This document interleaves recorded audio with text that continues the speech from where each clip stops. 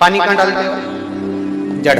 पानी कहाँ डालते हो? नीचे। पानी की जड़ में पहुंच गई पत्ते पत्ते में। अब कोई कहता है कि तुम भी इस देवता को भी मानो, कोई कहता है तुम्हारे यहाँ काल सर्प दोष लग गया, कोई ने कह दिया तुम्हारे यहाँ पितृ दोष लग गया, तुम्हारे कोई ने कह दिया तुम्हें वास्तु दोष लग गया, कोई ने कह दिया तुम्हारे ऊपर किसी ने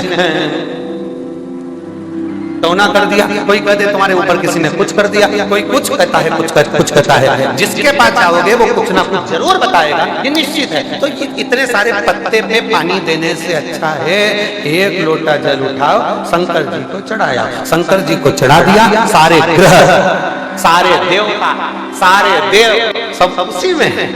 तुम पुराण को पढ़ो, शिव महापुराण में लिखा है 9 ग्रह शंकर जी के पास है। चंद्र, राहु, केतु। जब राहु के सिर कट गया और राहु चंद्र को मारने के लिए जब आया, चंद्र छुप गए भगवान के पास में, तो राहु ने भी हाथ जोड़ लिए, मुझे भी आपके साथ रहना। शंकर जी ने उसको भी जटा में रखा।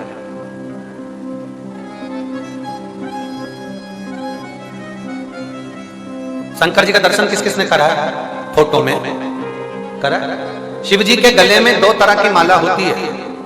शिव जी के गले में 2 तरह की माला, एक हड्डी कंकाल मुंड की, दूसरी एक माला होती है जिसमें राक्षस के मुख में मूंछ दिखती है। किसी ने करे? हमारे महाकाल राजा के दर्शन करने जब उज्जैन में जाओ तो कभी कभी आपको इससे दर्शन होते हैं।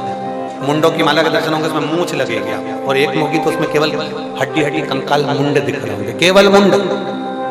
अब कोई तुमसे पूछे कि ये 2 तरह की माला कैसी है, तो आपको उत्तर देना पड़ेगा ये 2 तरह की जो माला है ये साधारण नहीं है। जो मुंड की माला नजर आ रही है ये भगवान शंकर की जो अर्धांगिनी थी, सती माँ, उमा, कात्यायनी, कुष्मांडा, चंद्रघंटा, स्कंदा, कालरात्रि, ये उनके मुंड भगवान ने अपने गले में धारण कर रखे। और कोई तुमसे कहते कि ये मूंछ वाले की माला कौन सी है, तो कह देना राहु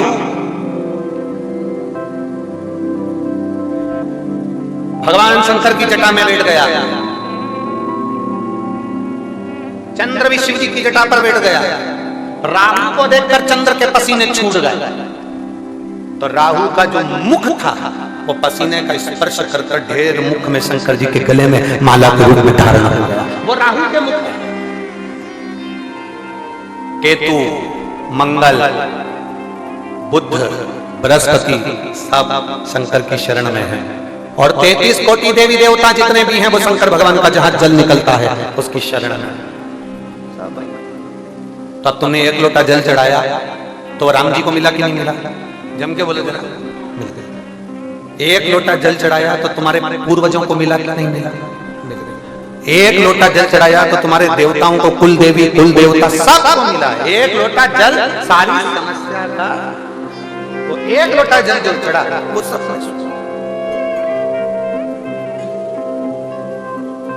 तुमने 1 लोटा जल चढ़ाया वो सब सुख दे रहे, सब। यहाँ पर एक बच्चा बैठा है, एक लड़का, जिसको हर 6 महीने में उसको एक बीमारी थी जिसमें उसको 6 महीने में खून चढ़ता था, हर 6 महीने में उसको खून चढ़ता।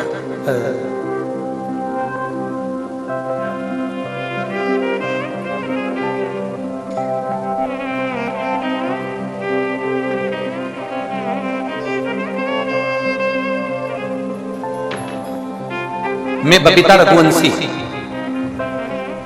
निवासी विकासनगर, जिला देवास की रहने वाली, मध्य प्रदेश में। कहीं बैठी हूं तो हाथ हिला सकते हैं। बबीता रघुवंशी देवास जिले की रहने वाली हैं, विकासनगर की। अगर बैठी हो तो हाथ हिला सकती हैं, अगर कहीं बैठी हो तो हाथ हिला सकती हैं। बबीता रघुवंशी कहीं बैठी हैं क्या? तो हाथ हिला सकती हैं। गुरुदेव बाबा की कृपा से मैं क्या वर्णन करूं गुरुदेव। मेरी पुत्री निशा रघुवंशी, जिसका जन्म 14 जनवरी 2000 को हुआ, 14 जनवरी 2000 को वो हुई, और उसे एक बीमारी थी जिसको बोन मेरो नाम की बीमारी कहते हैं। बोन मेरो बीमारी के अंतर्गत पता चला कि इसको हर 6 महीने के अंदर इसको ब्लड देना पड़ेगा, बाहर से खून चढ़ाना पड़ेगा, और हम उसको हर 6 महीने में खून चढ़वाने लगे। बड़ी जब कोरोना महामारी आई, जब बहुत तकलीफ आई, खून कैसे चढ़े बाबा। फिर वापस अब जब हमने कोरोना महामारी में उसको खून चढ़ाने में थोड़ी सी देरी कर दी तो डॉक्टर के हिसाब से वो बोन मैरो बीमारी इतनी बढ़ गई कि उसको हर 3 महीने में खून देना पड़ा। अब उसको हर 3 महीने में खून चढ़ने लगा, हम बड़े तकलीफ में आ गए। फिर गुरुदेव आंखों में से जल बहता, बहुत तकलीफ का जीवन था। डॉक्टर ने कह दिया कि इस बीमारी का कोई हल नहीं है, इसको हर 6 महीने में तो ब्लड देना पड़ेगा। 3 महीने में उसको ब्लड देना चाहिए। उसकी तबीयत और खराब है। डॉक्टर ने उसको 30 से 40 लाख रुपए का खर्चा बताया और एक ऑपरेशन करने का बोला। पर डॉक्टर के हिसाब से वो ऑपरेशन भी सफल होगा कि नहीं होगा, क्योंकि इसको ब्लड तो देना पड़ेगा, बीमारी ऐसी है। अब हम करें क्या? तब हम उसको इंदौर के डॉक्टरों को दिखाने के लिए लेकर गए। डॉक्टरों ने वहां पर भी इसको यही बीमारी बताई।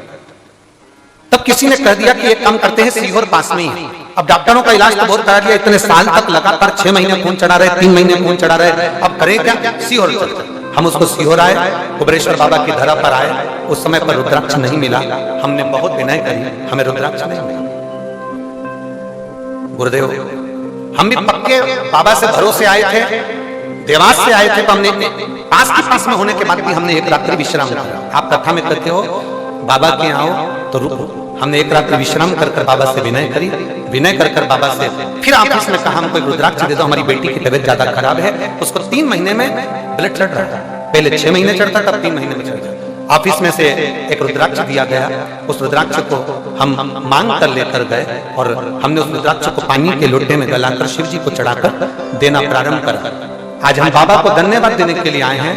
पशुपतिनाथ का व्रत करा, बाबा का चढ़ाया हुआ जल दिया, और बाबा का मैं क्या गुणगान करूं। एक बार पशुपतिनाथ का व्रत करा, उसकी बीमारी खत्म नहीं हुई, दूसरी बार करा, बीमारी खत्म नहीं हुई, तीसरी बार करा, बीमारी खत्म नहीं हुई, चौथी बार करा, बीमारी खत्म नहीं हुई, 5वीं बार हमने पशुपति व्रत करा और बाबा से कहा, वो सीहोर वाला महाराज कथा की व्यासपीठ पर बैठकर बोलता है, उसकी बात सुनना भले हमारी मत सुनना, अब बीमारी जाना चाहिए। और बाबा से प्रार्थना करी।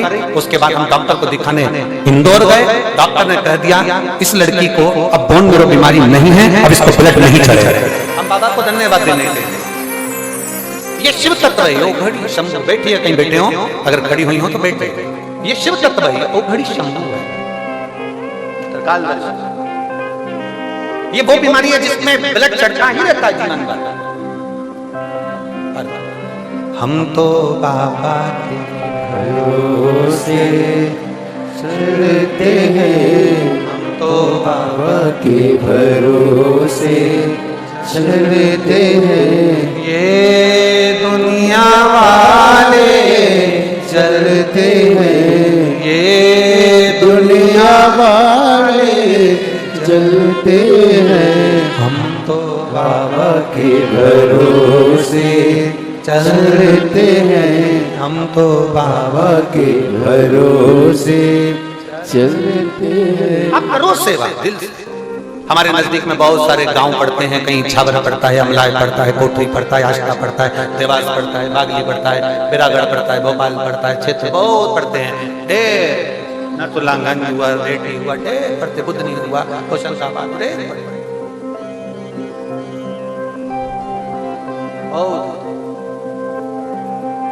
और जितने भी भक्त, हम तो उनसे इतना कहेंगे,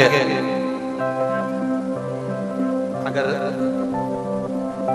1.5 साल तक कथा का क्रम देखा जाए तो मध्य प्रदेश में अभी हमारी कथा यहां नहीं है।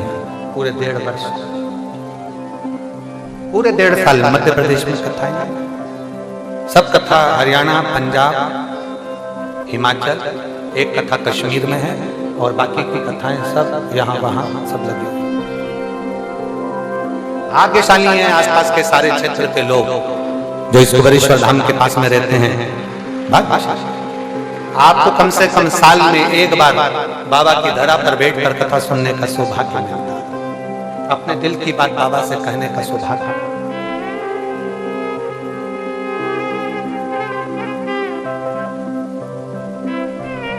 दिल से कहो,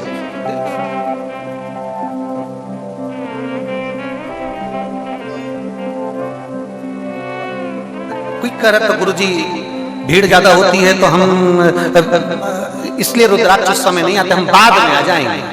हमने कहा ठीक है, जिसके यहाँ शादी हो जाए ना उसके बाद जाया। बिना ब्यूटी पार्लर की बहू मिले। समझा? ऐसी ही शिव महापुराण की कथाएं सुनने के लिए चैनल को सब्सक्राइब करें और आने वाली वीडियो के लिए बेल आइकन जरूर दबाएं। जय श्री महाकाल।